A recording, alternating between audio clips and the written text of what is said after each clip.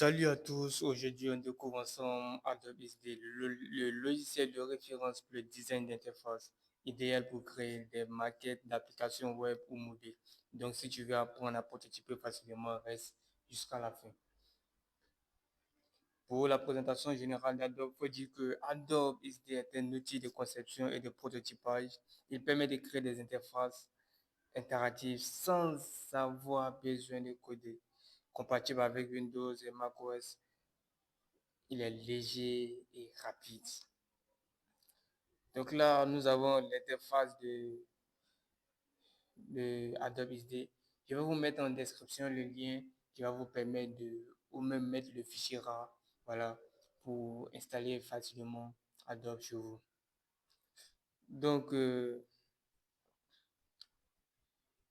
comme je l'ai dit, Adobe, c'est un outil de conception et de prototypage, voilà, qui va vous permettre de faire vos designs en,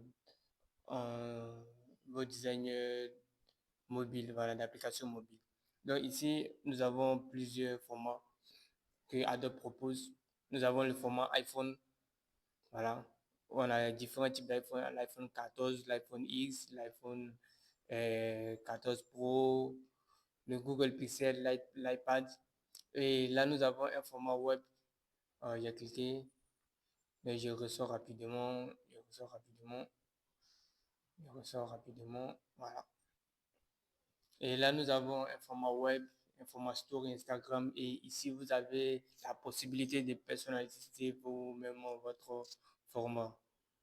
Donc là, je vais choisir un format iPhone 14 Pro Max.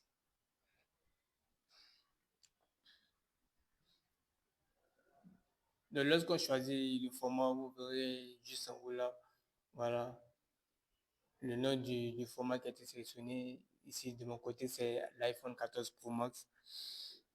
Donc, euh, tout ça, c'est l'interface de Adobe. Voilà, l'interface de travail de Adobe. Donc, à gauche, nous avons la barre d'outils, l'outil de sélection. Voilà, l'outil de sélection, le rectangle, l'ellipse, le polygone, la ligne, voilà, et le texte, etc., qui va vous permettre de faire des artboards. Et là, la partie en blanche, c'est l'artboard qui est la zone de travail.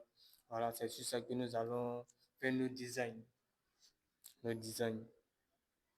Et là, on a la possibilité de faire un zoom, voilà, de zoomer, voilà. Et vous pourrez aussi dupliquer la page pour avoir plusieurs pages. C'est tout simple. Il suffit de cliquer sur la partie en blanche. Vous allez voir le souligne bleu qui va s'afficher et faire tout simplement un CTRL-V. Voilà. Ou encore un clic droit. Vous faites un copier et coller. Voilà. Pour dupliquer la page. Donc, après, qu'est-ce que je peux vous montrer d'autre? Qu'est-ce que je peux vous montrer d'autre? Donc, à droite, ici, nous avons le panneau des propriétés.